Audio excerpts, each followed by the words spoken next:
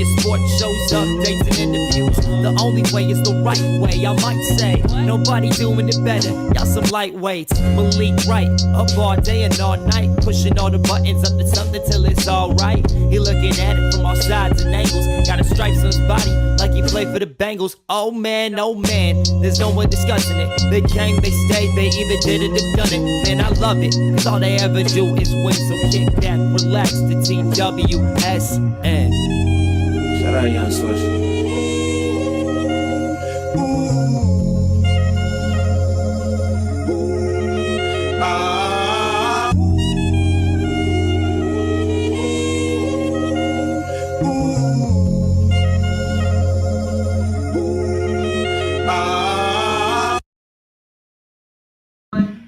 Thank you guys for tuning in to another episode of State of the Jungle with Malik Wright, presented by the Right Way Sports Network. I'm your host, Malik Wright, joined by my co-host, as always, Daniel Alameda, Logan Fulmer, Jimmy on the ones and twos.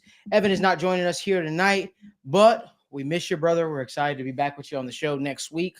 A lot of stuff to get into, a lot of stuff to talk about, but before we do, as always, make sure you guys give this video a like, subscribe to the YouTube channel, turn on post notifications so you guys don't miss when we go live, when we upload content from the TWSN studios. Listen, boys, the Bengals came back in a big way. They beat the Ravens. I mean, the Raiders. Wow, I'm already speaking things into existence. They beat the Raiders in blowout fashion, dominant fashion. And it makes you wonder, can the Bengals keep this going? You know, they're facing a huge game this upcoming Thursday, tomorrow. Yeah. And against divisional opponent, Baltimore Ravens, who has been a thorn in Joe Burrow's side. I believe Joe Burrow only has one win against him in his career. This is a prove it game for him, right? Mm-hmm. When I say one win, it was only one win in the regular season against them. They also beat them in the playoffs, but that wasn't against Lamar Jackson. He's only beat Lamar Jackson once in his career. But this is a prove it game. Undoubtedly, this is a prove it game. This is a moment where you are expecting to see the best version of the Cincinnati Bengals with potentially their season hopes on the line. Mathematically speaking, you're not out of it if you do move to 4-6, but the goal should be to get to 5-5, get back to 500 at all costs. And it feels like that's been the song and dance of the entire season. So close to getting to 500, yet so short. But if they win against the Baltimore Ravens, they have the opportunity to get their season back on track. But before we jump into that Ravens game, I want to allow Logan to get a chance and Danny get a chance to talk about that Raiders game. What were some takeaways from that game? Logan? Yeah, first off, like I always say, when we win, a win's a win. I'm glad we, kind of handled our business. We looked good for the most part in all facets of the game. But right now they're that game tells you kind of how the Bengals need to win games right now. The offense needs to play good. Trey Hendrickson has to dominate, and you got to luck into some turnovers. And that's exactly the recipe that unfolded on Sunday. That's not going to happen against, better teams all the time, but it happened on Sunday, and you take your wins, and you can only play who's in front of you. And that's what happened. Even in the postgame, they asked Joe, if that performance would beat a better team. He was like, I don't know. I can't really tell you. And I think that's a fair answer because at the end of the day, the offense looked good, but the Raiders didn't have a great game plan for how, I guess, banged up and, drama-filled the Bengals offense was this week. And the defense just had zero adjustments and zero game plan for Trey Hendrickson. I know that they battled a lot of offensive line issues in the game, coming into the game. That didn't make things easier for them. But, the Bengals stars won that game. Joe Burrow, 5 touchdowns, obviously. Trey Hendrickson, 4 sacks. That's how they're winning football games right now. They're winning on the backs of certain players, and those players delivered in about as perfectly of a way as you could on Sunday. Mike Gesicki looked great. We had some people step up, on defense, looked good here and there. There were some flashes, but at the end of the day, it was just the Raiders as well. And that feels weird to say because the Raiders, they don't have a good record, but they did beat the Ravens. We play. They have played teams close this year. We held Brock Bowers in check for most of the game until that garbage time touchdown. And that's a big step for them is finding, it's a little different when he's the focal point of an offense, but they're still Jacoby Myers played very well. He still has some questions about the corner. But at the end of the day, like I said, it's that recipe right now that the Bengals are building off on. The offense has got to play good. Trey Hendrickson has got to dominate one side of the ball. And if those things happen, the chances of you winning are high. But that's going to be harder to do against good teams. We're going to need somebody else to step up on the edge. We're going to need, the offense to continue to be good and to not go stagnant and go MIA for 2, 3, 4 drives in a row. There's a lot of good. It was against the Raiders, but the Ravens are unfortunately not the Raiders. Yeah, no, completely. And I think that when I look at this game, first off, my sentiment, I think kind of our sentiment correlates with what Joe Burrow was saying was, hey, you just needed a win. And this was the same conversation we had before the Giants game, the same conversation we had before the Browns game.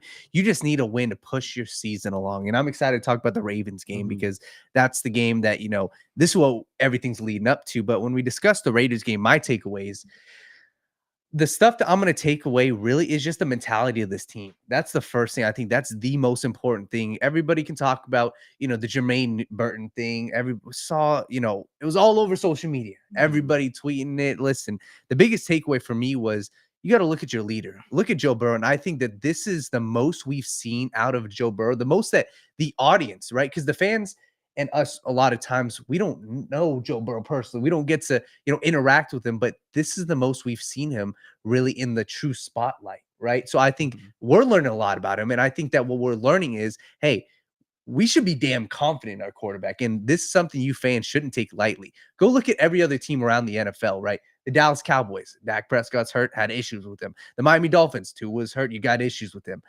There are so many different teams. The Jacksonville Jaguars drafted number 1 quarterback, but there's a lot of questions about him. There's only 5 to 8 teams right now that can look at their quarterback and say, that dude is our franchise. And the Cincinnati Bengals are one of them. Not that we didn't know that before, but go look at how he was interacting on the sideline. I love that shit. I'm sorry. Looking at him throwing the game ball back after, Zach Taylor gave him the game ball. He threw that shit right back. That's what I love.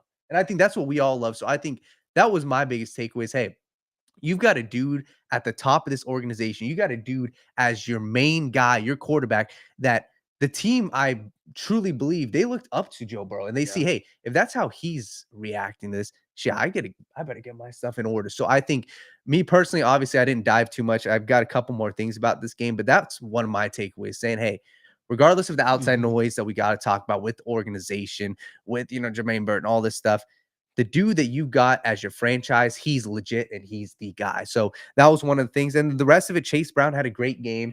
I think that was what was not necessarily expected, but if you give him 27 touches, you want to see some explosive stuff. And this was the game to do it. So I think that's not necessarily going to be every game, and I don't expect that to be every game, but love to see that for Chase Brown.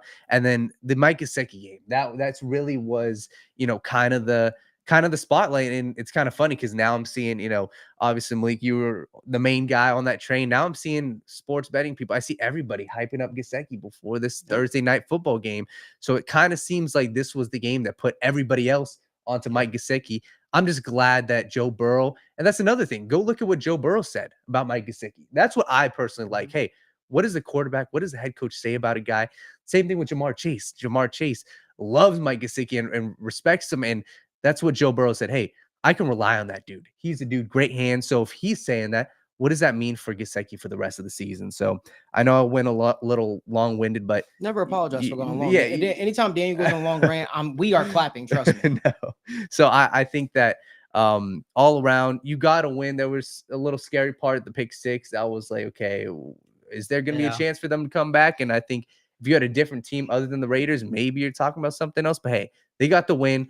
And how I view it, same thing with the Giants and Browns game, turn a new leaf. Let's look forward to this next weekend. We got a big one, so I'm excited for it. I'll be remiss if I didn't bring this up. For the first time in a long time, we've got Marissa joining us in the studio today. Marissa, it's good to have you in the studio. It's been a while, but Marissa joined us in the studio. Let us know in the comment section if you guys want us to set up a mic and a camera so that way Marissa can give her opinion on some stuff today. We could do it. I'm very curious to see if the people would like to hear Marissa speak and give her thoughts on, because she always plays the background role. And we always wondered, would the time be right for Marissa to kind of give her take and give her spin on some things? So let us know down in the comment section. Again, this is a show for the people. So if you guys want to hear from Marissa, let us know a little bit. And I know she's raring to go.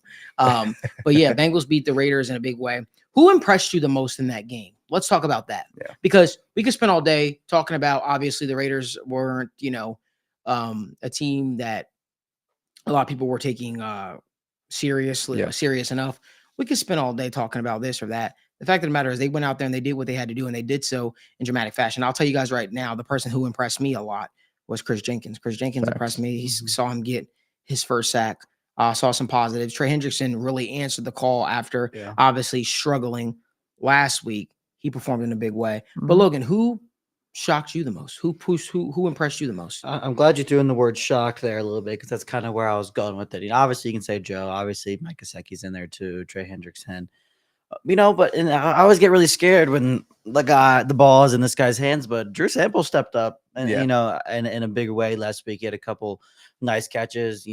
Some yards after catch runs, even found his way into the end zone. And I'll get into a little bit more as we talk about the Ravens game. But without Eric All now, he's that blocking tight end he was always going to have a role regardless. But now he's by far the best blocker on their team. He's going to continue to be on the field, and any positive that he can bring in the receiving game is a massive addition to the offense. He's not going to do it often, but if he can just take a couple check downs for a few yards here and there, just be a slight itty bitty threat that people have to think about, or just when they forget about him, he can make him pay a little bit. It'll go a long way. Yeah, and I think that when I look at this game, you hit the nail on the head, and that's something else I'm excited to talk about, the tight end room. We were talking about this before the show, that first off, I think that the Bengals, that's one position at least they addressed and did, I think, a very good job of, addressing this offseason and saying, hey, they covered the bases. You went out, you got 4 guys. So I'm excited to see, obviously, prayers up for Eric All. It sucks that injury. Kind of knew it right away once he planted, and it was like, man, same knee. But I'm excited to see how the rest of the guys step up. For me, I want to talk about the defense side. I think it really was. There's a couple guys. Akeem Davis-Gaither is a guy that's really stepped up in my mind to where I don't. If you look at the stats, I think he only had a couple tackles, but still, he's always around the ball. Yeah. He's a guy that they're using him a lot, and he's actually an integral part because knock on wood, obviously. But a what part? An integral. Say it again. Integral. But that was impressive because that was really it was integral. I say part. Integral. Yeah, integral, man. Okay. No, but no. Listen, you're bringing out words. Yeah. You're bringing out words, Daniel. I'm here for it. No, that's grammar's not there. But no, it's fine. You were right on the right path, brother. I wasn't saying to call you out. I know, I'm messing. So I think that if, once again, knock on wood, if Logan Wilson or Jermaine Pratt were to go down, you got a guy at least that you're confident that can step right in. Like I said, he's always around the ball. And something else too, Jordan Battle got some snaps. This is something we've been waiting for. He looked good. I think that this is also going to be the game where, once again, we talked about this before, his best career game was against Lamar Jackson last year. Yeah. And I think that that's how they're going to have to utilize him, use him around the ball. And that's something from the eye test purely. I haven't dove into the numbers at all. When I watch him at least around the line of scrimmage, that's where he's having a ton of success, whether it's, coming off the edge or even just sticking up a tight end or sticking up a blocker. He's always around the ball when it comes to him being at the line of scrimmage. So that's where personally, I would not even be concerned about, hey, put him in QB spy Lamar Jackson. So I think he was another guy. And Logan Wilson is another guy as well that, hey, 9 tackles, I think 2 fumble recoveries. Yeah. But just looking at him once again, this was, albeit it was the Raiders don't have a great rushing attack, but just always at the line of scrimmage, always at the right place at the right time. And that's where I've struggled with other teams, even this Bengals team. Hey, just be in your run fit, right? Yeah. Be in your spot when it comes to, run defense, because that's the defensive line is not sexy. The rushing defense is not sexy, but the way you can stifle a defense, or an offense, the way they stifle the Raiders rushing attack is just being in your run fit, being there, stopping them for 2 to 3 yards. And that's how you have success. So I think Logan Wilson and Akeem Davis-Gaither is really a guy that's saying, hey, they went out only a couple million this offseason. So it was like, hey, he's really performed to where, I mean, you got to bargain with him, and he's performing very well. So that's what I thought with that game. Man, listen, Pork Chop is in the comments section. Appreciate you, brother. He says, who says integral? That's not Cincinnati, Malik. Well, you got to remember, I'm from Jersey, man. Listen, we say water. We say water instead of water. And we are a show of the people. We're listening to people. We're setting up Marissa up real quick on the show for a little impromptu, little camera action, little mic action. So you guys are going to hear from Marissa. This is the first time she's going to be on the State of the Jungle ever, actually. Like actually be on the show. So that's going to be pretty cool for her to kind of join in the conversation. Now she's getting a little nervous. But, honestly, I thought that there were some good takeaways from the Bengals on Sunday against the Raiders. You just hope that continuity is something that will continue to take shape. I will tell you this. Without divulging too much, I think that the front office definitely hears the outcry. right? You know, I was one where I challenged Duke Tobin and the Bengals, and I said, hey, put Duke Tobin in front of a mic, in front of a camera, right? And let us hear from him on Monday. That did not take place, but there was a lot of, hey, the Bengals were potentially involved in a potential trade for said player or this player or that player. They poked around the idea of adding a defensive tackle or adding an edge rusher. Those things obviously did not happen. But, you know, when I look at it, I say, hey, you know, you can't change what's already been done, right? You can't change the outcome of the NFL trade deadline. There's no need to pout, whine, or complain. It is what it is. The fact of the matter is, it's time to look ahead to the Baltimore Ravens because this is a game that you can't afford to have your focus, your attention anywhere else besides the Baltimore Ravens. You're going up against a player in Lamar Jackson who's playing like the best player in the National Football League this year. Now, the Ravens also did some nice things where they tried to add to their defense and going out, getting a Tre'Davious White, recognizing that they needed secondary help. Is Tre'Davious White that big of an upgrade? Not to me, not at this point, not at this stage in their career, but they took a chance to get better.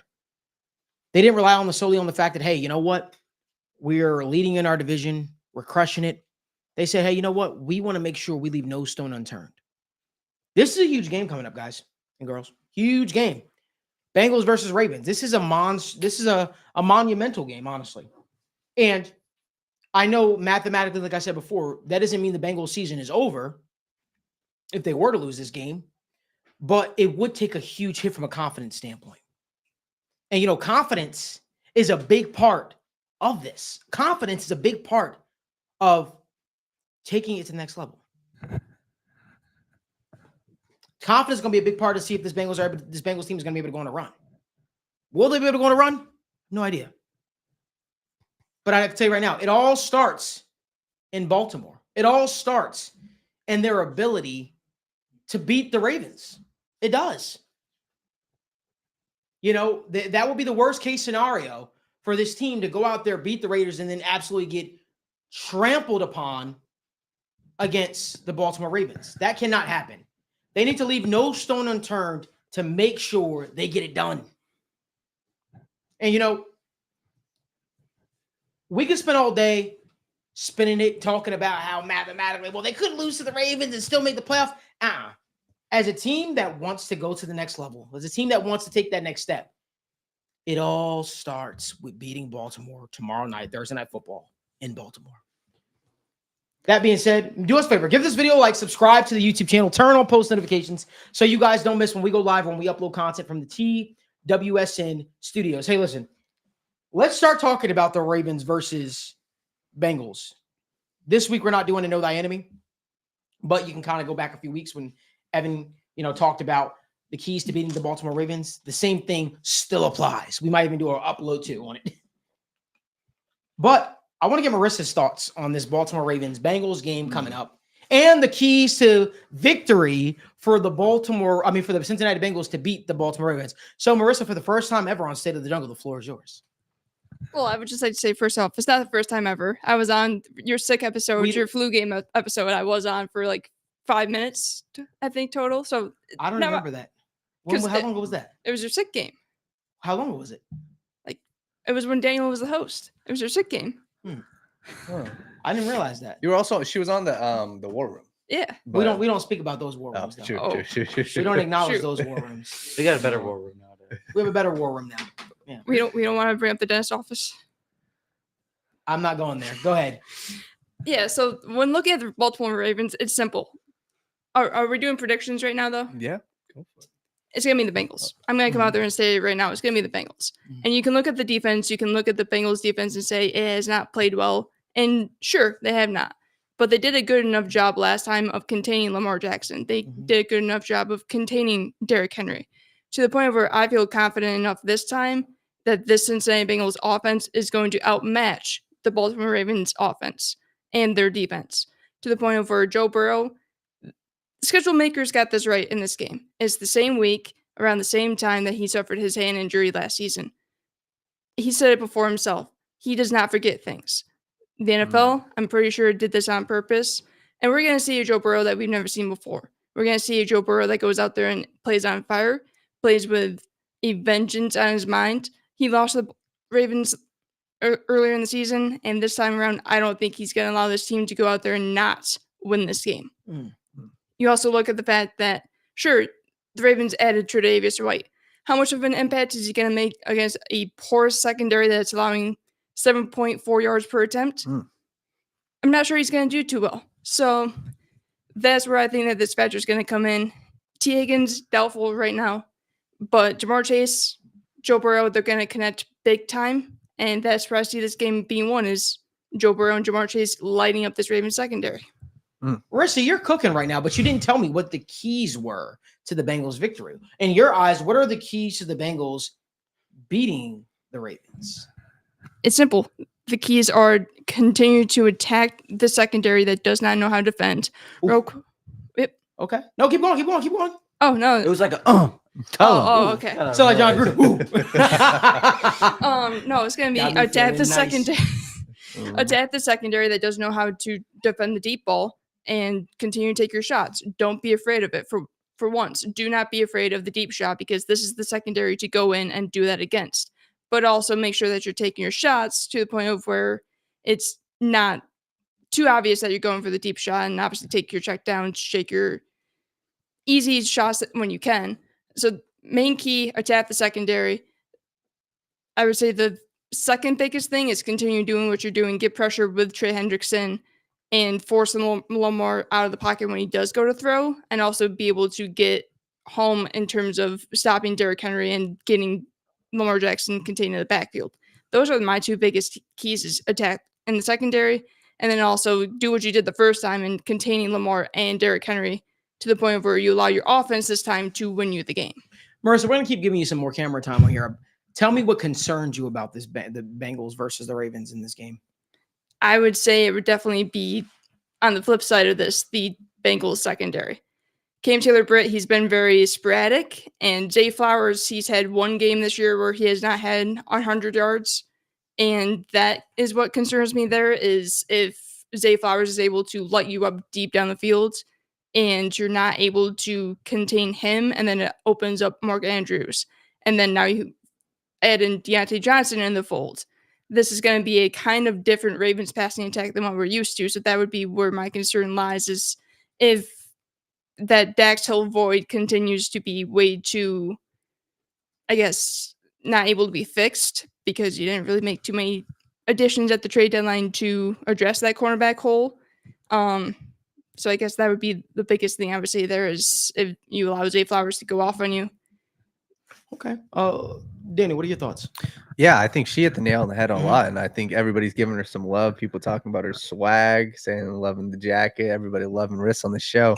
I'm gonna be honest. I think the first part is I'm just excited, man. This is what we are here for. This is why we talk about the team. This is a lot of the conversation this year has been, damn, this is what they should do. This is why they shouldn't be 1-4, 1-3. This is what they're doing wrong.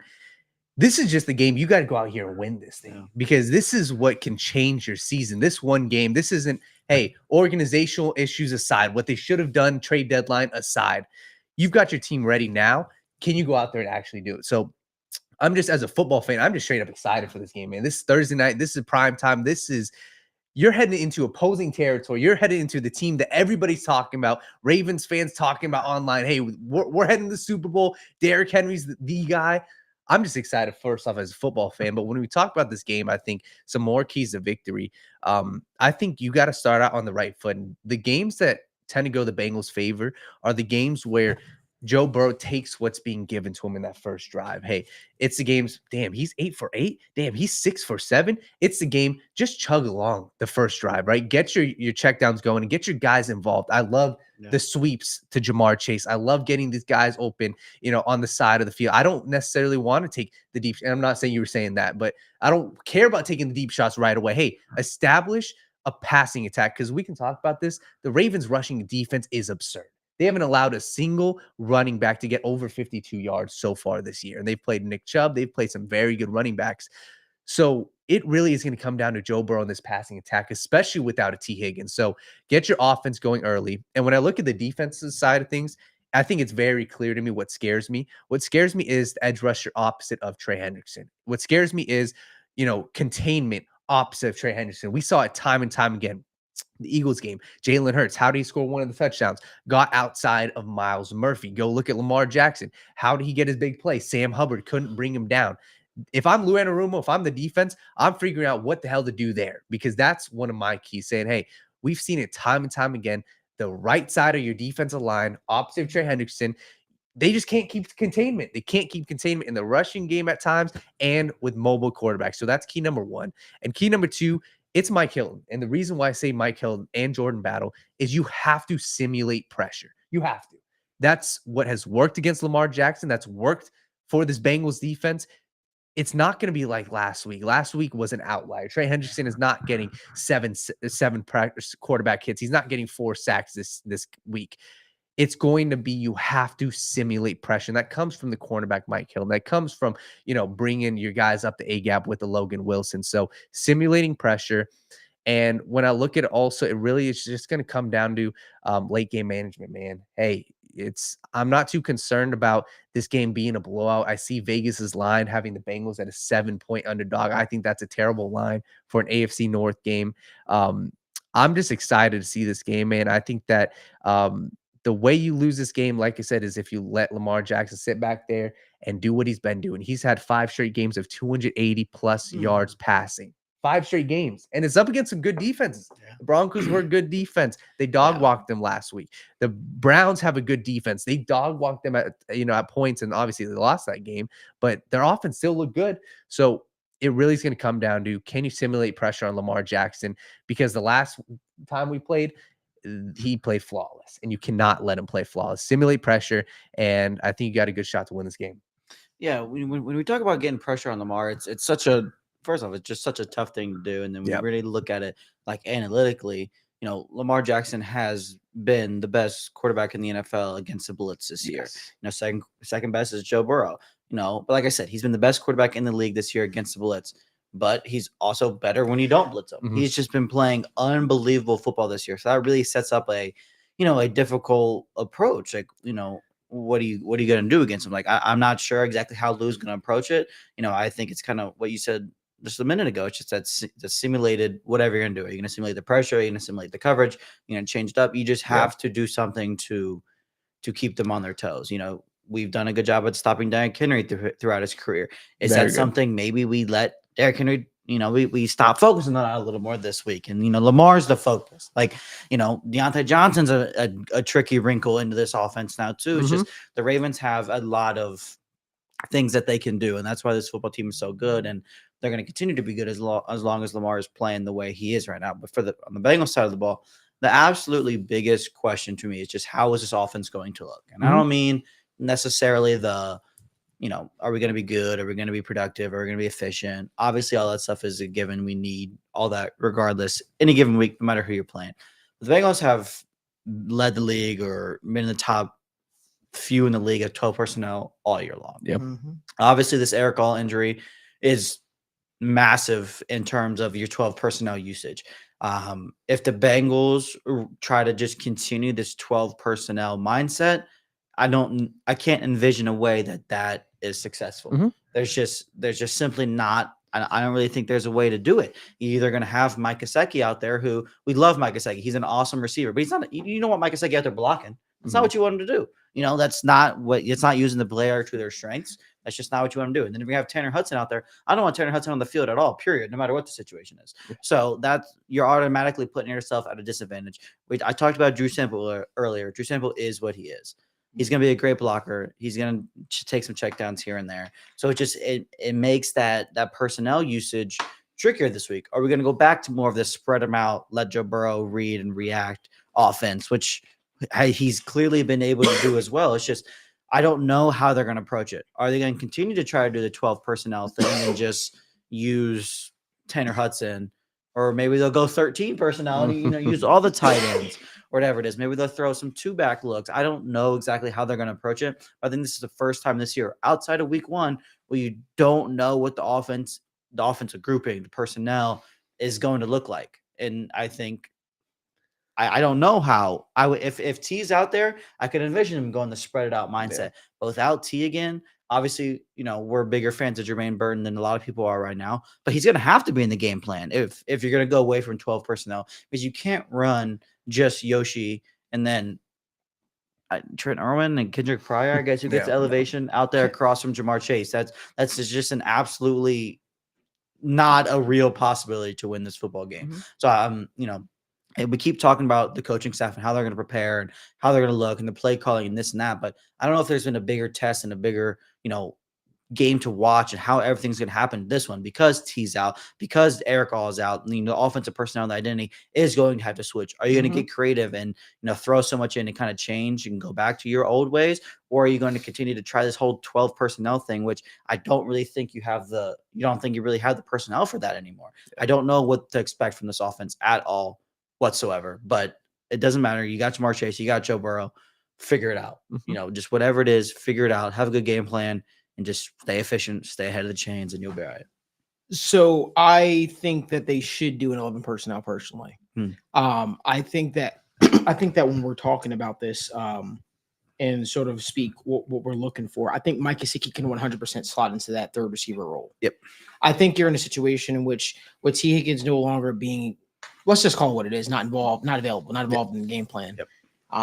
I think you have to rely on Jermaine Burton if Jermaine Burton is healthy enough. From all indications of what I've gotten so far, I don't expect this punishment that was brought down upon him to continue into this week. I'd be shocked if it continued into this week. I think that was a one and done thing, type to learn your lesson. Obviously, if he struggles again, if he does something from now until then, I fully expect Jermaine Burton to be a part of the game plan, though. But ideally, the offense that I could envision personally is obviously Jamar Chase out there at receiver. You could pick Andre Yoshivas, who has not shown the ability to be able to stretch the football deep down the field and be that reliable deep threat for the Bengals. Yeah. Or you put a Jermaine Burton out there, whoever, right? And then you take Mike Gesicki and you put him as that third receiver. One thing that the Raiders game showed me, well, really didn't show me, I've been kind of beating the drum on this, Mike Gesicki shouldn't come off the field. Mike Gesicki shouldn't come off the field. Is everybody agreeing with him on that? He shouldn't come off the field. He should be looked at as a receiver. A lot of people were beating the drum like, he's not tight end, That's what people were saying.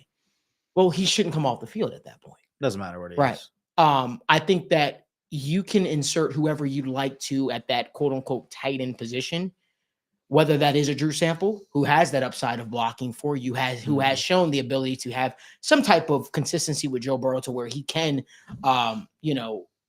be a reliable target for Joe Burrow while he's out there, while also being able to block efficiently. I'm completely fine with a lineup of Jamar Chase, Andre Yoshivas, Trent Irwin, and then Mike Gesicki as the third receiver. Mike Gesicki 100% is the slot receiver in this offense if you don't feel comfortable putting him at the tight end spot. Good luck to opposing defenses of what you're going to do for Mike Gesicki, how Mike Gesicki slides inside that fits inside your game plan as a defensive coordinator. But I think that Mike Gesicki has proven the ability to be a 1-2 punch for this offense. Right now, the 1-2 punch on this offense I'm looking at is Jamar Chase and Mike Gesicki together right now. Everybody else is just an addition, if you will. I don't think that there is an answer for that guy. Losing Eric All sucks. It does. Now, the question does become, does Tanner McLaughlin now get elevated? Do we see more of Tanner McLaughlin? Is Tanner McLaughlin going to be a guy that is going to be your tight end, a tight end that you could rely upon? Because that was a guy that showed a lot of promise in college. He shattered Rob Gronkowski's tight end records at Arizona. So what could he do? The one caveat to that is he's also had knee problems in his career. He also has torn an ACL. But I still believe in the returns of what he could potentially bring. I actually like him better than probably any tight end not named Mike Gesicki from a receiving standpoint on this team. And I'm very. He curious was a to see- receiver. I'm very curious to see if we see him get more snaps. Again, these guys make the 53-man roster. This is the time where they start to step up and you get to see him. I have to imagine he's going to be active, right? You've got to imagine he's going to be active, right? Yeah. I mean, you have to look at it from that way. I completely forgot about Tanner Hudson. I'm being honest with you. Somebody said that Tanner Hudson's shade is crazy. P. Crawley, my bad. No, I would want to know what we have in a guy like Tanner McLaughlin, who's a young guy, rookie, that you could potentially grow with in this offense. Yeah. I mean, that's what you drafted him for. You drafted him to see because you saw the value was, a value you couldn't pass upon. I'd like to see what he has personally. Me too. I know what Tanner Hudson is. Tanner Hudson out before last season was a guy that lived on practice squads, Yeah. right? He's 30 already, right? 31. You know what he is already, So I personally would like. And let me be very clear. I'm not bringing these guys into block in the Bengals offense. No matter who the tight end is, you're strong. Your ability to block is secondary. You're not. That's not what you're being brought in. The only true guy that they have that plays the quote unquote tight end position that can block is Drew Sample. Eric All could block too, but again, he's a utility guy. He's no longer available for you. But you look at the type of mold of tight ends the Bengals have. They obviously clearly have a type, right? Are guys that have the receiving capability, and that doesn't go from this year. You can go look at last year. You can go look at the year before that. Every tight end that they've had in here, well, they were a receiver, looked at as a receiver first, and a blocker secondary, right? Yeah. That's just an added thing because in this offense, let's talk about it. Joe Burrow is not asking you to block for a long time as a tight end. He's usually getting the ball out pretty quickly. He's relying on his offensive lineman to block. So I know people make that argument a lot. And that's what made people so excited about Eric All, because Eric All was a do-it-all. But we got to stop with this thought process. Well, he's not a blocking tight. Neither is Tanner Hudson. Neither is Mike Gesicki. Neither is Tanner McLaughlin. Right? Yeah. That. Like Drew Sample is a very good blocking tight end. He's an average to below average receiver. Maybe below average receiver. He's below average to below really bad receiver. Yeah. Truthfully. So I just think that we need to stop. Clearly they have a type. Yeah. Clearly blocking a strong blocking tight end in this offense isn't something that they really kind of hang their hat on. So, and I think that's okay.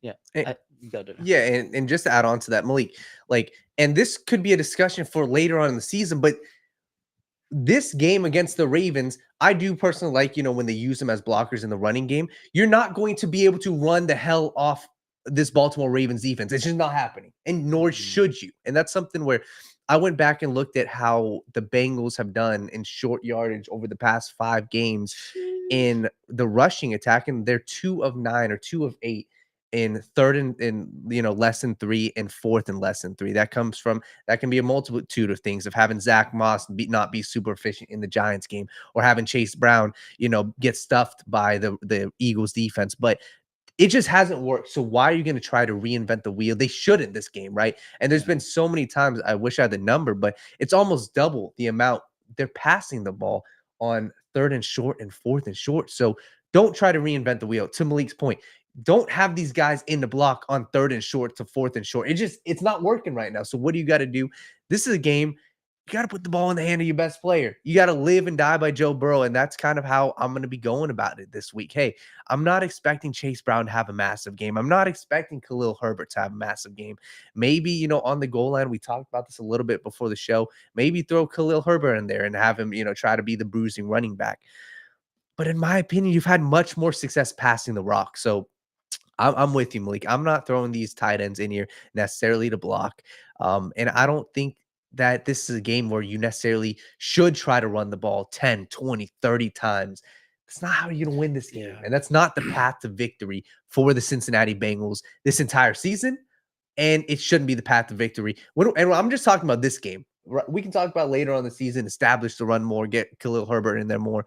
But this is a game, I'm looking at this as a one-off. This is really, hey, turn your damn season around now. And I'm not relying on my rushing attack early on in this game. This is going to be, a firefight, and it's going to come down to Joe Burrow. So. I kind of wanted to talk about a point each of you made. And first off, we haven't really touched about Khalil Herbert too much. It was the first time I really brought it up today. Obviously, the lone trade deadline acquisition. And I don't want to say he's being underappreciated or anything from us, because I think there's been some mixed opinions. And I know it was probably just a result of Zach Moss being hurt, but Khalil Herbert, when given the opportunity, has been a very productive NFL running back. In Chicago, he hasn't had those opportunities all the time, but when he's given the opportunity, he has been very productive. I was looking at the numbers before the show. He's had 16 games in his career where he's had 10 or more carries. And in those 10 games, he averages 83 yards per game, just with 10 carries. Just with 10 carries, that's it. In 5 of those games, he has 100 yards. In 7 of those games, he has over 90 yards. When he gets the ball, he is a very productive running back. He's a guy that's going to make people miss. He's got a little bit of more juice to him than a Zach Moss does. He's kind of that in-between player of Chase Brown and Zach Moss. Maybe he's not as great as you would like him in the short yardage situations compared to a typical bruising back, but he also provides you more long speed than a typical, quote unquote power back. He's a really good fit within this Bengals offense. He excels very much in these zone running schemes that we've been doing a lot so far. So I think that he's a good fit. And again, I know it's probably just because Zach Moss got hurt, but I don't want to undersell how productive Khalil Herbert has been when given the opportunity. Chase Brown's RB1 here. That's what it's going to be. But again, Chase Brown has already had a lot of tread on his tires coming into the draft. Yes. Or coming out of the draft. He didn't have too much last year, and then he just came off of a huge 27-touch game. We cannot give him the ball 27 times. You should never give your running back the ball 27 times in the NFL. Especially not him. He's not the biggest guy in the world. Exactly. So he's going to come in and he's going to spell him, and I think he'll be productive. And not that we'll go back to that 50-50 split, but Khalil Herbert will continue, I believe, to be productive when given the opportunity. I'm happy you brought that up. I was a big fan of Khalil Herbert as well. Yeah. And, I feel like he is a guy that's coming in motivated, has a lot of juice still. And he's a guy that I believe that could truly spell Chase Brown. I agree. And this might be a little bit of a hot take, but I'm going to say this right now. Had Chase Brown not came into the season with so much favor with this coaching staff, and I don't even believe he even had the most favor because they did start Zach Moss over him. But had he not come in with so much momentum, I genuinely believe if Khalil Herbert was on the roster sooner, I believe Khalil Herbert is talented enough, and he's much more of a guy that's reliable in the pass protection to where if he was on the roster sooner, I believe he could have been ahead of Chase Brown on the depth chart. You can argue that people are probably aren't going to like this. There's a real argument to be made that Khalil Herbert is a more well-rounded running back than Chase Brown. Yes. That doesn't mean he's a better runner. That doesn't mean you want to give him the ball more. But in terms of just being a true three-down running back, there are so many arguments to be made that Khalil Herbert is just better than him. That doesn't mean Chase Brown is the guy. That's going to continue. I don't think we're going to see some massive shift. Right. He didn't get brought in because Chase Brown sucks. He got brought in. Zach Moss is hurt. Spell him, He compliments him. Khalil Herbert is a good football player. But it 100% is going to be one of those games where I've always felt like the Bengals go with whoever the running back is that's having more of the stronger game, right? If Zach Moss was having more of a successful game than Chase Brown, then we would see Zach Moss getting more snaps. And I think there could be those games where Khalil Herbert does look really good, and you're like, holy shoot, let's put Khalil Herbert in. I'll be real with you, they're very similar. They're very similar style backs. I just think that Khalil Herbert is much better in pass protection than a Chase Brown, and that's again, Chase Brown's a young player. That's something that he can grow with, but I also am kind of cautiously optimistic about a guy improving in pass blocking, especially when it's something that just hasn't been strong for them. Because we said for years Joe Mixon could improve in pass protection, he just never did, right? Yeah, for us at least, and it's one of those things where it's like I'm kind of cautiously optimistic that Chase Brown could really develop that part of his game. And just adding on to that, I think, and it's an important thing. You had to bring somebody in and put yourself in the mindset of if you're running a team. Respectfully, you don't care about Chase Brown's stats, right? If you're trying to win the game, you're not trying to look and say, hey, we have to get Chase Brown to get 70 yards. No, fantasy owners care. Yes. Us as fans and, fans of Chase Brown want to see him succeed. Yes. But strictly looking at your team, it is a much better thing that you have a Khalil Herbert here because the dude had 27 carries. That's not a recipe for success for the rest of his season. So I think it's valuable. Have him in that 10 to 14 carry range. And I think we could see a 60-40, even a 50-50 split at some point because you still got 9 games left in the season. There's still a lot of time for Khalil to come in here and really earn his. We have an interesting comment in here by Royal Flush Terry. He says, how many players can learn in 2 days? Well, running back is probably one of the easier positions to get acclimated to the NFL, which is why you see a lot of running backs kind of come in from college and have a lot of success or can have a lot of success.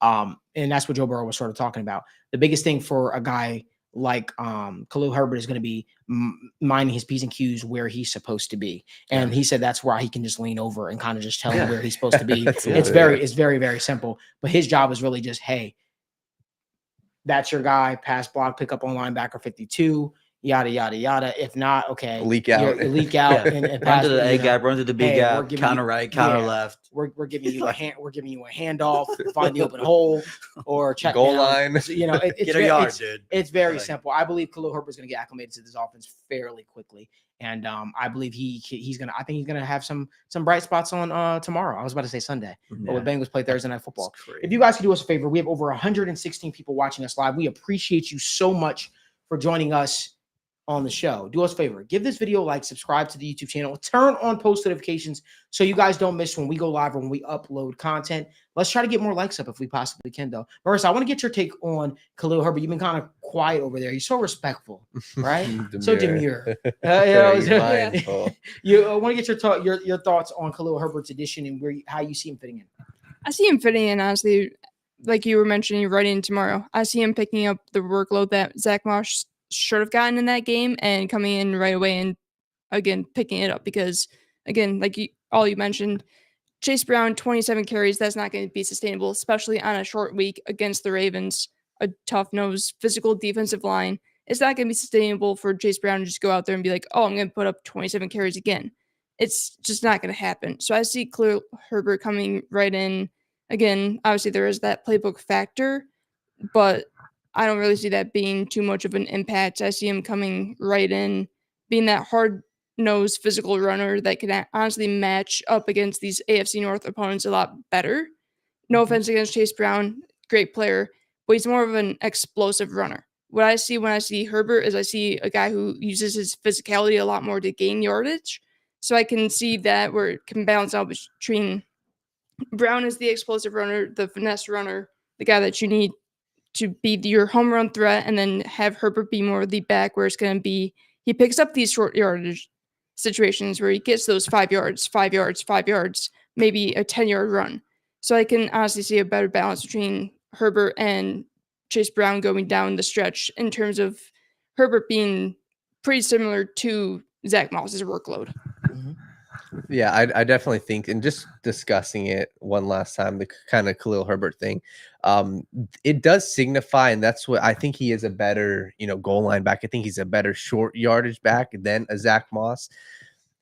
But in my opinion, this is from the organizational standpoint. I think you guys put yourself in the pigeonhole to where, number one, you're not a great rushing team when it comes to short yardage. You're putting yourself in this pigeonhole to say, hey, this is our identity. Our identity is not going to be hard-nosed running the football. It's going to be, we're going to be third and short, and we're going to pass the rock. We're going to get the, Jamar Chase quick out. That's what we're going to do. That's our identity. So I think that was one of my takeaways, even from just rewatching how they do on these short yardage plays.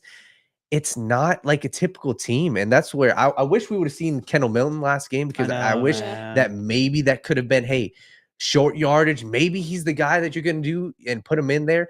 But it seems like they're just confident, hey, we'll rock with Joe Burrow, rock with, what we've got passing wise and short yardage, and we'll just roll with that. So, yeah. I think, not that this is a huge factor in it too, but Khalil Herbert has like 10 carries this year. Yeah. He's fresh. He's ready to go. Like, if we need to rely on him, if he needs to carry the ball, he's fresh. He's ready to go. Yes. He might need a little bit to fully learn the playbook. But that man's ready to play football. He hasn't, he has very little wear and tear on him right now. He's ready to play. Yeah, and real quick, one of the questions somebody was asking about this game was saying, hey, what needs to change from the game plan from the previous game versus now? I think the biggest change, and obviously we talked about T. Higgins, but he was a huge part of that last game, especially just getting Joe Burrow involved. It was, the middle of the field. It was the quick slants. He was Joe Burrow's guy on third down. And I think that's what is going to concern me, saying, hey, what's the biggest change? Because we are seeing a lot of change. No T. Higgins, even the emergence of Mike Gesicki. He only had 2 catches in that game against the Ravens. That's going to be the key, saying, hey, get Jamar Chase involved in more quick screens. The Bengals screen game also in the running backs, it's kind of been non-existent. Maybe I just haven't seen it, but get Khalil Herbert in screens, get Chase Brown in screens. That's what I would like to see. But I would say we're the most, I feel like this might be a little harsh, but we're the most least creative team with our running backs. Yeah. Like there's nothing being done to get those guys involved in the passing game outside of your traditional check down, or, even screens don't get called often, really. You know what I mean? But one play we do run?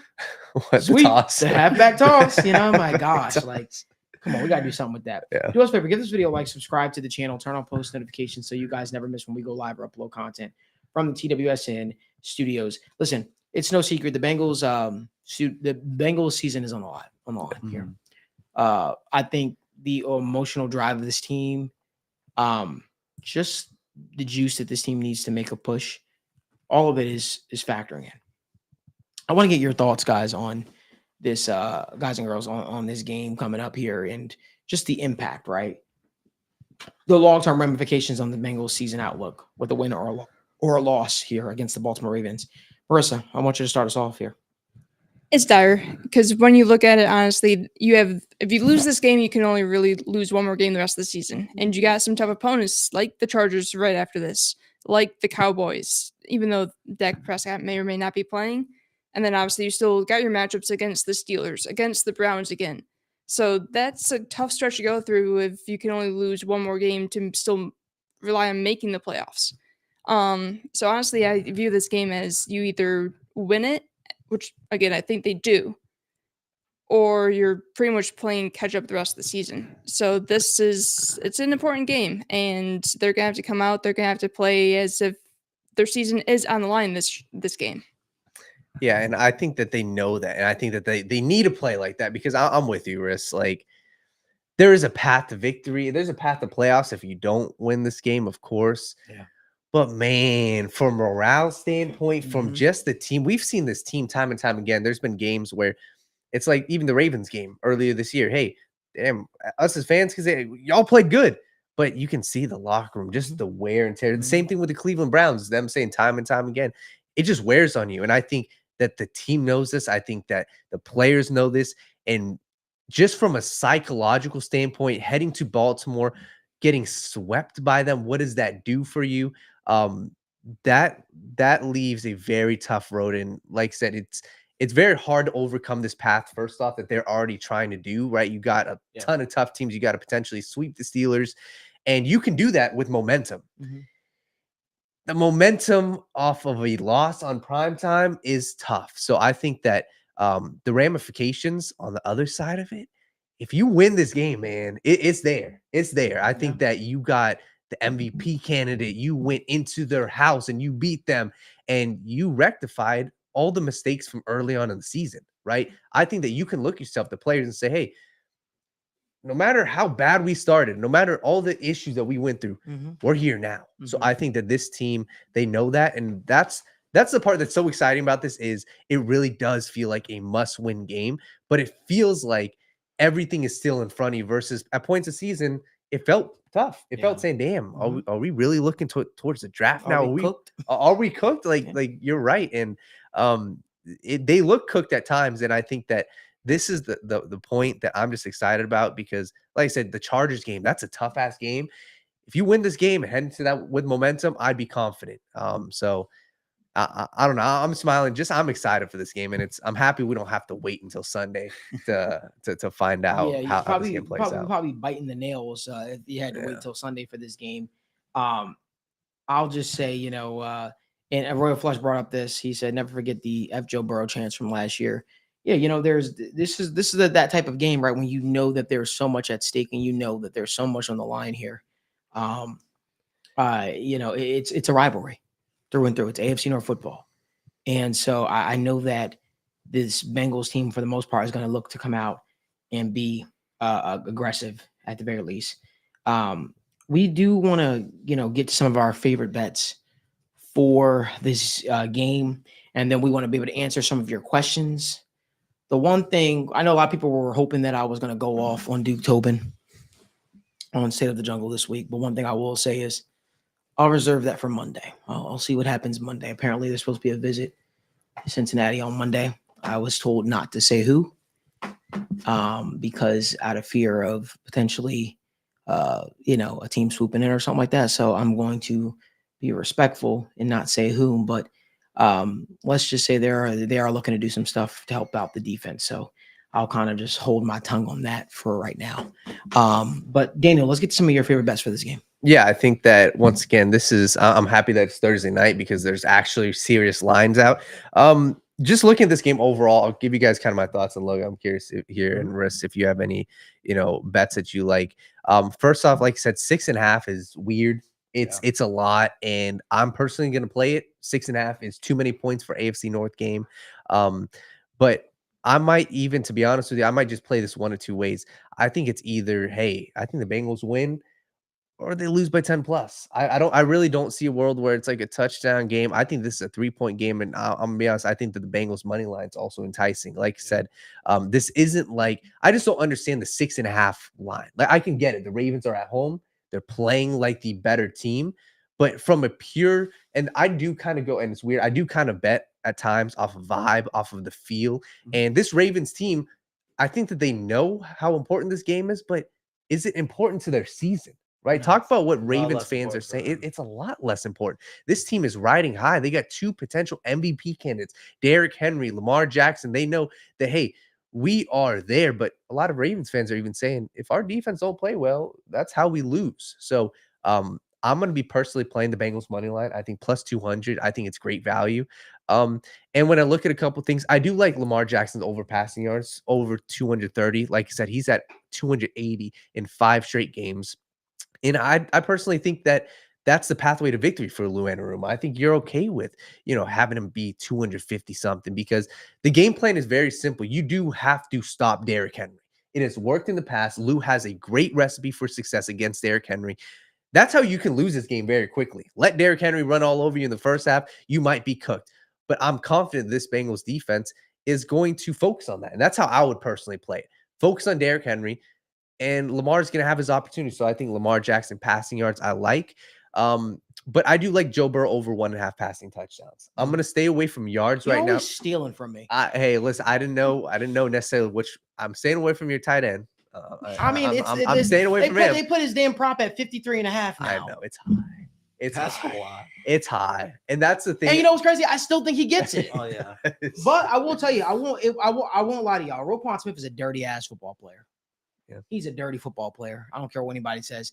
And it wouldn't just shock me if he just doesn't try to like lay a hit on Mike Gesicki there and then. And I kind of worry about that a little bit. Roquan Smith is not the most reasonable tackler, if that makes sense. And they got a lot of those dudes. I'm not saying like that, but they got a lot of hard-hitting dudes. Kyle Hamilton's going to be at the line of scrimmage a lot. I like Kyle Van Noy. I like what they got in the edge rushers.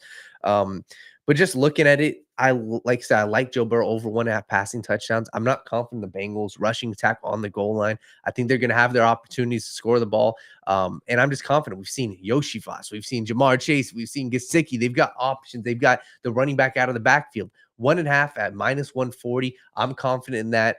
And if there's anything else, I might personally play this. I like Chase Brown's under 58.5 rushing yards. That's just something where, as a Bengals fan, obviously it sucks betting that, but I bet both of their unders, or especially Zach Moss under last game against the Ravens, it hit. I think we do see some Khalil Herbert, and I just don't know if the Bengals want to make the rushing attack a focal point. And this is the books telling you, hey, look at what he did last week, and it ain't going to happen again this week. He's not getting 27 carries. I think he'll be around 12 to 14, and I think he'll hover around 40 to 50 yards. But I definitely bet the under on that. They don't have this person's prop up, but this is gonna be a really fucking weird prop I got for you right now. Charlie Kohler tomorrow.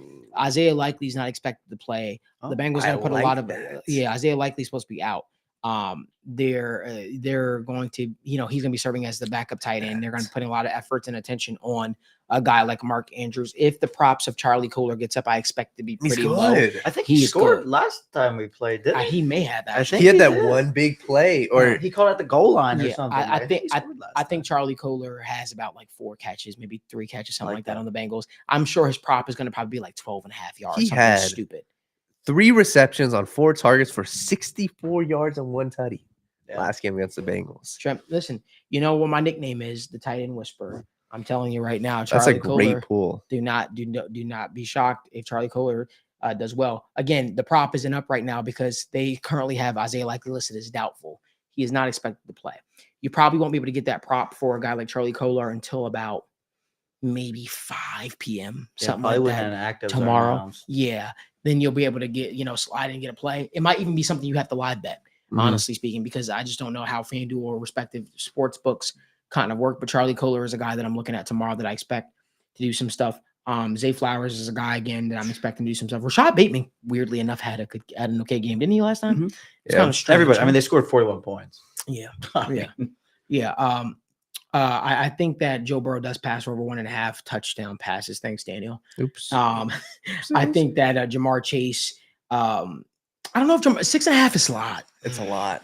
It's a lot. They should be able to manufacture 2 or 3 of those. I'm going to make a bold prediction. Oh, Lord. Bold prediction. If Jermaine Burton plays tomorrow, like I'm expecting him to play tomorrow, I think Jermaine Burton finally scores his first NFL touchdown against the Ravens. And I think he does it against Tre'Davious White. If he's the starting cornerback out alongside Marshawn Lattimore. Thank God. Marlon Humphrey. Marshawn Lattimore. And let me tell you why. This isn't just a BS thing. Jermaine Burton does really, really well against man coverage. And the Ravens play the most man coverage out of any defense that the Bengals have played, I believe, this season. Maybe the Browns are the only other team that probably kind of plays more man coverage. The Ravens are going to give you a lot of one-on-one opportunities. They're going to put Marlon Humphrey one-on-one, and especially they're going to put Tre'Davious White one-on-one with a rookie if they do slot him out there. I think that'll be a mistake on the Ravens' part. I think that'd be a mistake on the Ravens' part. And I feel like they're going to give you some opportunities to beat them deep. Another bold prediction, Jamar Chase will score a touchdown tomorrow. He weirdly enough, Joe Burrow had 5 touchdown passes last week, and Jamar Chase didn't have one, and it cost me $8,000. But that's fine. I still believe in the process, still trust the process.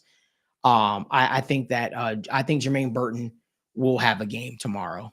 And I think that a lot of people will forget, or we will start to heal, I'll say, the wounds of missing walkthroughs and being inactive and all this kind of stuff like that. So I trust that Jermaine Burton will make good on the expectation if he is out there for the Bengals, and I expect him to be out there for the Bengals. I also think Mike Gesicki's trend will continue. I think Mike Gesicki is going to finish as the leading receiver for the Bengals. I do. I think he'll finish as the leading receiver for the Bengals. There's just a mismatch there. It's a big mismatch in a big way. I think Mike Gesicki is going to be the key to unlocking this Bengals offense. And I made a prediction, Logan. I don't know if you remember. A couple weeks ago, I said my prediction is the Bengals will start to figure out how to use Mike Gesicki right before the trade deadline. And I said it's going to be critical down the stretch.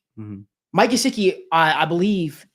I think I was looking at it. I might be wrong now because, but I know going at the end of the game, he has more receiving yards than Travis Kelce. This guy is starting to trend in the right way. He's already eclipsed what he did last season for the New England Patriots. Mike Gesicki is a guy that's starting to gain a lot of steam. If y'all remember what I said he is going to be the best tight end. I understand he's not a blocking tight end, but neither was Tyler Eifert. But he's going to be the best tight end that the Bengals have had since Tyler Eifert. I think Mike Gesicki is going to wind up finishing with 600 to close, maybe 700 yards receiving for the Bengals. I really believe that. I think he's going to be so critical down the stretch. And I think he's going to put the Bengals in a situation where it's like, hey, do we re-sign this guy at the end of the season? And Bengals, look at me. The answer is yes. You bring that guy back because this is the most success he's had probably since his first 2 years in Miami. He's going to have a big game. He is going to be so critical, barring health, knock on wood. He's going to be so critical towards the Bengals' success down the stretch here. I firmly believe that. I think Mike Gesicki has a big game. And Jim Gegner says, I actually think they shut Gesicki down tomorrow. I just don't know who they do, who shuts him down. Yeah, and Roquan Smith is fine in short yardage coverage situations and even medium, but I just don't think the way they utilize Mike Gesicki extending the football field, that's not a place where he's going to excel. You are going to probably task somebody like Kyle Hamilton with guarding a Mike Gesicki. And if you do that, well, you're taking one of your strongest secondary players away from the deep part of the secondary, which leaves Jamar Chase 101. So again, do that at your own will. But I think that the Ravens are going to pin their ears back personally. I don't think they respect Mike Gesicki enough in the Bengals offense. I think it's going to be one of those things where you're going to have to prove that Mike Gesicki is a true focal point of this offense by going to him. But I think they're going to come out right away how they always do. I think they're going to have, the coverage kind of tilted against Jamar Chase. And whoever is lined up against a Mike Gesicki, well, they're going to say, beat him. If it's Roquan Smith, Beat them. Show us before we make adjustments. Any adjustments, I believe, will come at halftime. Yeah. Just my thoughts. I want to get to some of these questions, though, Daniel. Yeah, for sure. And once again, if you guys have any questions, make sure you guys drop them down below. I know somebody was asking, what's the biggest thing on the defense side for the Ravens? Even on the offense side, who would you guys say is the biggest X factor and somebody that you guys are pinpointing saying, hey, that guy could be a problem for the Bengals, both on offense and for defense? I think for me right now, I'm really interested to see how Deontay Johnson fits within this team. Obviously Zay Flowers is their guy. Mark Andrews has been their guy, but Deontay Johnson kind of fits that mold of just everything that they kind of like in the receiver position, and he's a pretty damn good one too. Yeah. So I think that's one we haven't seen that element. He came in last week, didn't do too much. Obviously, limited role. It's a little bit hard for receivers to get used to the playbook, as we were talking to earlier. But I think he's the one guy that we don't know. He's the one unknown there and how he fits, and I think that's always pretty scary, especially when it's a guy as talented as we know he is.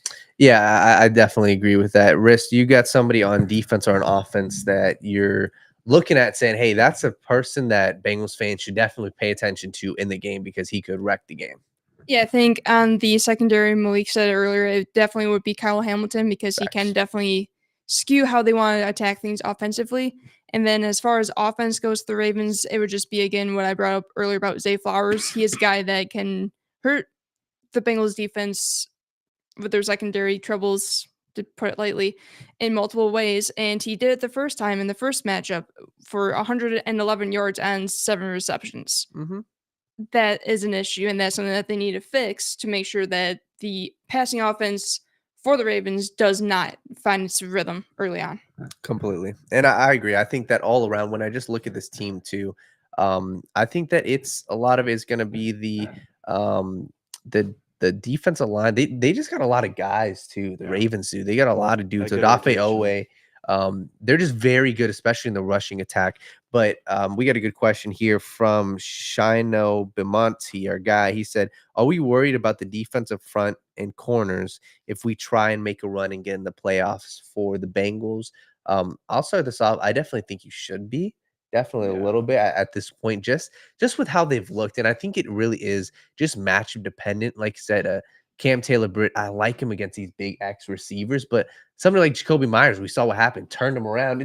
He's a shifty guy. I don't like Cam. He hasn't in the slot necessarily. That's not necessarily where, this year he's had success, but I would definitely say right now as it stands, you got to be concerned, but you hope that a guy like Chris Jenkins really starts to continue finding himself. You hope that they give Miles Murphy more run because he's the only guy that I could say right now could be something different because we know we got with Osai, we got with Sam Hubbard. So are you guys concerned with the corners and D-line? I think you have to be to a degree. I mean, obviously everybody's going to have a weak strength or weak part of their football team, and the Bengals just happens to be everywhere on defense. Yeah.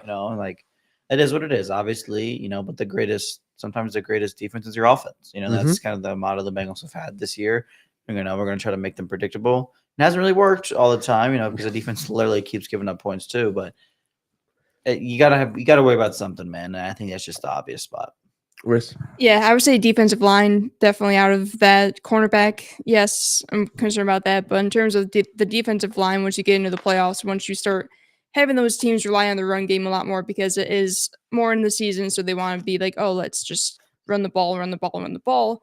And when you have a defensive tackle room that hasn't exactly performed up to par of what was being expected, yes, I'm concerned about the defensive line. So we got a good question here. One thing I want to say. Just add something. Of course. I've been a proponent. When you go against the Baltimore Ravens, hear me out for a second.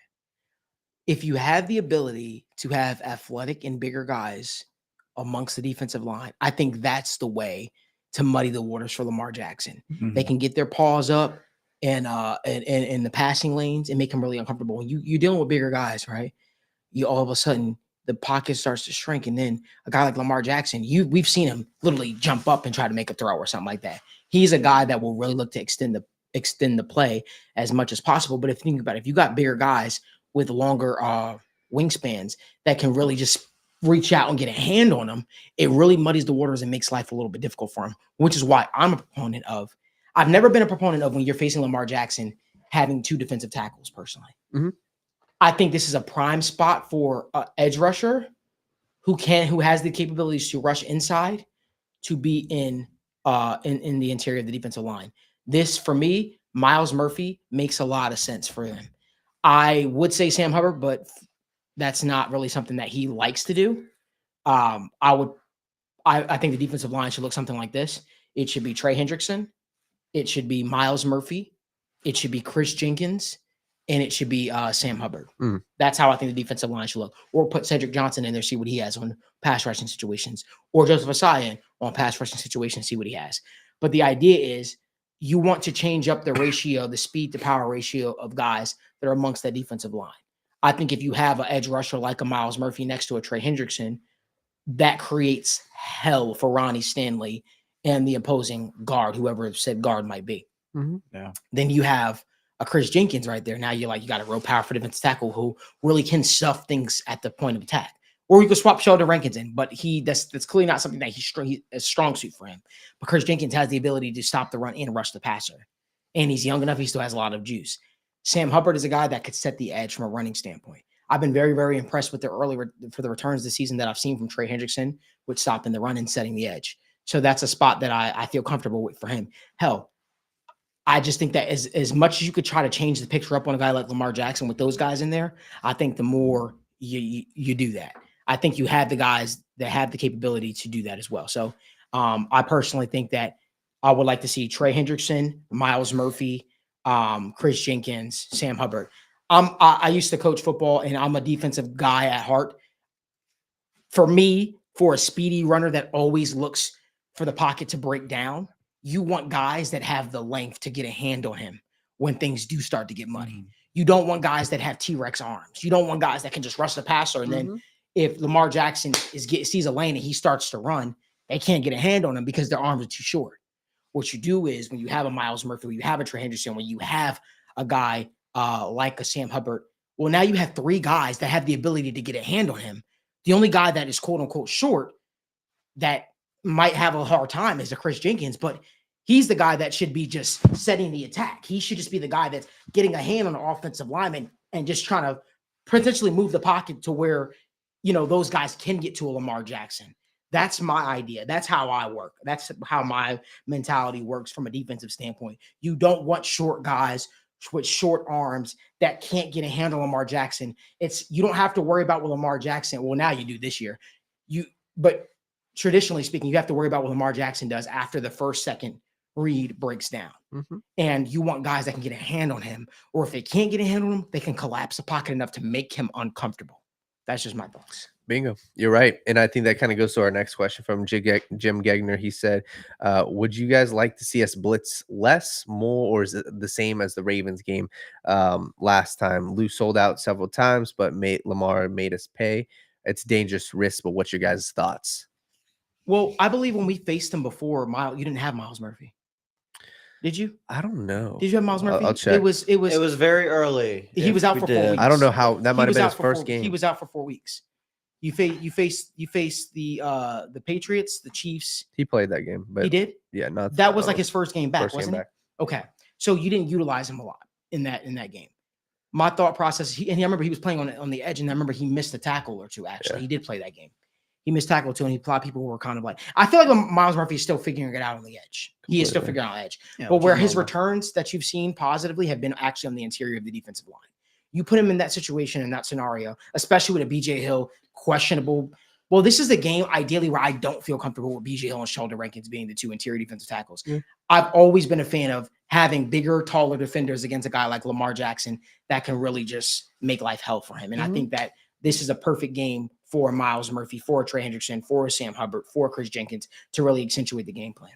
Yeah, completely. And I think that I personally like when you do change up the picture. And I really think that Jordan Battle, that game, he was the guy to where he was being tasked to guard the tight end. And I think he gave up a big, a big completion to Mark Andrews. I don't want him there. I don't really Like he's a good coverage guy, but like I really want him around the line of scrimmage. And I think that's where you see a lot of success, even against a guy like Derrick Henry, right? I like Mike Hilton coming off the edge as a blitz. I love when they put the two linebackers in the A gap and kind of muddy the picture for Lamar Jackson. That's what I want to see. And it may sound crazy, but I do like, a couple times where they have, what's the package, the NASCAR package or whatever, throw Miles Murphy if he's on the edge or whoever's on the edge, put him into coverage and have the cornerback there, Mike Hilton, replace him and basically be that guy, or have Jordan Battle come off the edge and replace him. Just get your hands up so Lamar Jackson doesn't, go right and attack the blitz.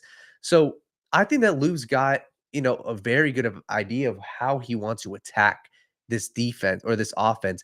And I do think the key really is going to be, first off, like I said, you have to load the box and don't let Derrick Henry beat you, because that is we talk about what is the way in the Trojan horse, what's the pathway that they can easily win.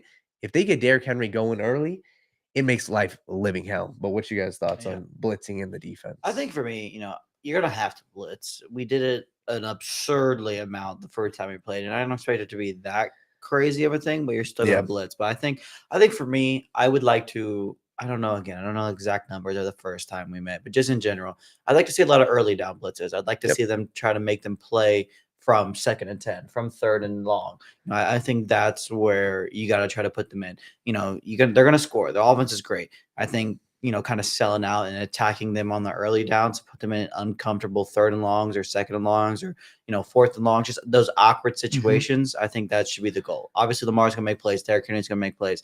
Zay Flowers is going to make plays. They're going to have guys make plays. So just, I think, selling out early, putting them in a position, and then standing your ground and being able to get off the field.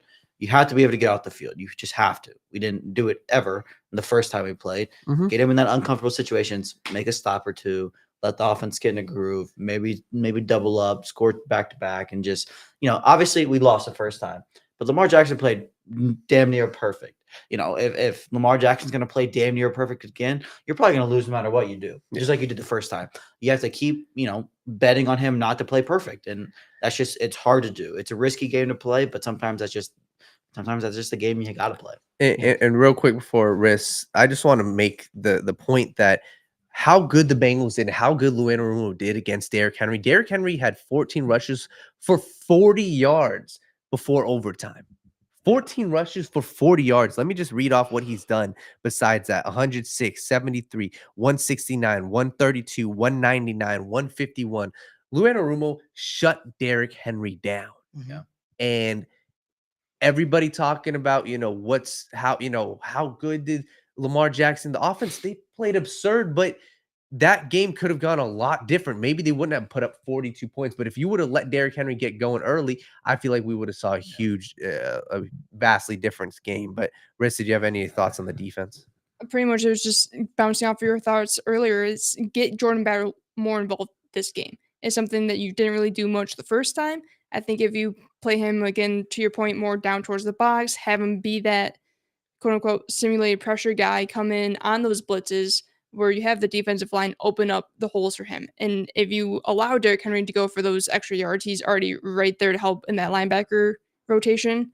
So I think, honestly, it would be your key on the defense this time around to change the outcome that you had the first time is it starts and ends with Jordan Battle. We get a couple more questions. We've already been live for an hour and 18 minutes, right? I mean, yeah, we let's keep get going. Let's get to like 2 more questions, because I will be live tomorrow at 10 a.m. To go over obviously the last minute thoughts on Bengals versus Ravens, as well as action around the NFL and NBA. So much for the sit down morning show with Malik, right? And I'll be live again tomorrow to recap the game. After the Bengals versus Ravens, and then I'll be live again Friday to talk about the game, and I'll be live Friday morning with Zim Hude. So, yeah, we've got a lot of shows jam-packed into one jam-packed week, all to get you guys all covered for Bengals versus Ravens and Bengals versus Chargers. So we got 3 quick questions here real quick. One from Robert Dillon. He was talking about the Ravens rushing room, saying, hey, Keaton Mitchell might be returning to play for the first time this season. Is he somebody to watch out for as a pass catching back? He's somebody to watch out. I'm sorry to cut you off a little bit. You're good. He's somebody to watch out for for everything. That Yeah. dude is a difference maker. I remember I told Marissa about him during the drafts process. Marissa, I know you remember that, but Logan, what were your thoughts? You're about to No, say I something. also say, yeah. I mean, he's a good player. He was great.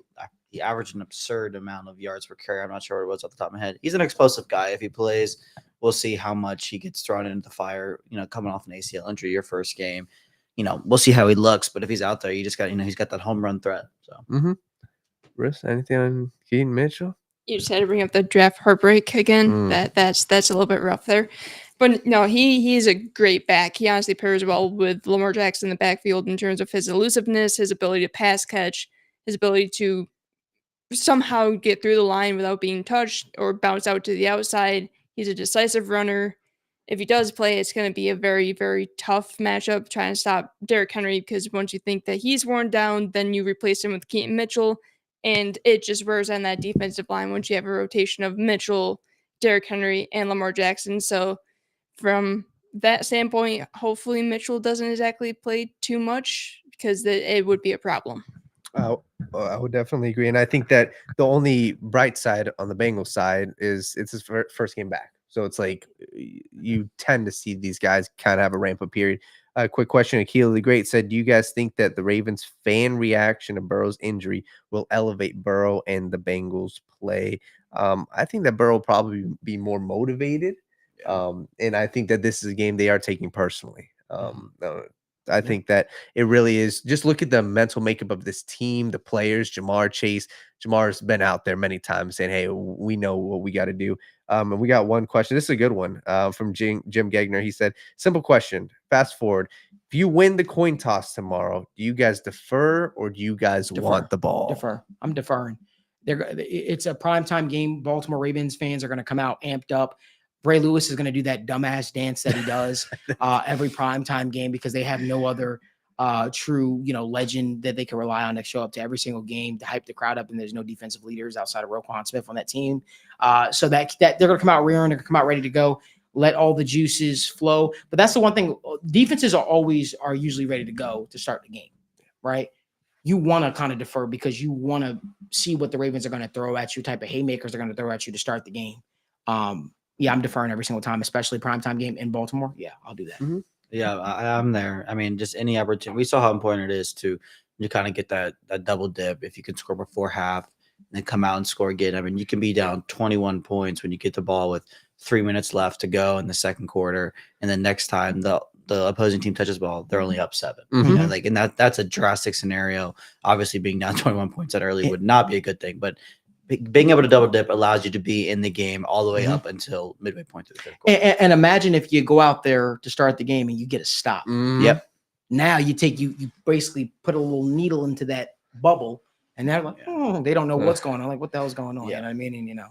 And I think it's one of those things where you can really take the hope out of that team fairly quickly. Also, Bengals fans, I see a lot of doom and gloom. I see a lot of doom and gloom from Bengals fans right now on social media saying, damn, we got to play the Ravens tomorrow. I've seen that by several people. Let me just say this. I know the end result was the end result, but did y'all remember how that game was going? In our favor. The Bengals were leading majority. They had the game in control for majority of the way through. This is not a team that just simply blew us out of the water at all. This is a game that went to overtime, I believe, right? Yeah. This is a team that fumbled against us in overtime, and had it not been for a missed field goal, we probably could have won that game. Let's not just remember recency bias and just get all the Ravens some juggernaut.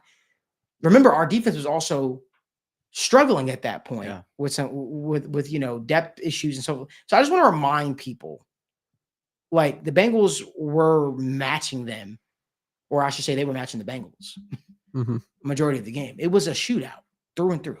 But you got some reinforcement back on the defense. You hope that you feel better about the returns of who you have. I don't know who the Bengals are missing that game. There were some people missing for the Bengals in that game against the Ravens. Let me pull it up really quickly, because I want to make sure that I just remember us not being fully healthy in that going into that game. I'm not making any excuses, but I do believe that this Bengals team is going into this Ravens game with a little bit more juice on the defense side. The defense tackle room was pretty banged up going into the week. I think everybody might have ended up being able to play, but everybody was banged up. It was Murphy's first game. It was Jackson's first game. was that first look of everybody, but you really didn't know. What Was that the hell- game Dak still got hurt? Mike Hilton, I think it was Michael. Mike Hilton didn't play that game. Mike Hilton did not play that game. And neither did That was Dak Hill's last game. That was when he got hurt. and neither did Sheldon Rankins. Sheldon Rankins was out that game as well. So I just remember us being a little bit down with some players and stuff like that. And I'm not trying to make excuses. I just remember it being, one of those games where we knew it was going to have, like Joe Burrow said, he knew he said he would have to play perfect. You start to feel a little bit better about some of the returns that you're getting back on the defensive side of the ball. And you start to feel that maybe that this could be a little bit different. I'm certainly hopeful. I wish they would have done more at the trade deadline to help the defense side of the ball. But I believe that this team could again, I believe that this team could beat this Baltimore Ravens team on Thursday night. So I'm excited to be back live with the guys tomorrow to talk about this thing. And I hope that you guys join me back here tomorrow at 10 a.m. Eastern time. Make sure you guys give this video a like, subscribe to the channel, turn on post notifications so you guys don't miss when we go live, when we upload content from the TWSN studios. But until next time, as always, who dat?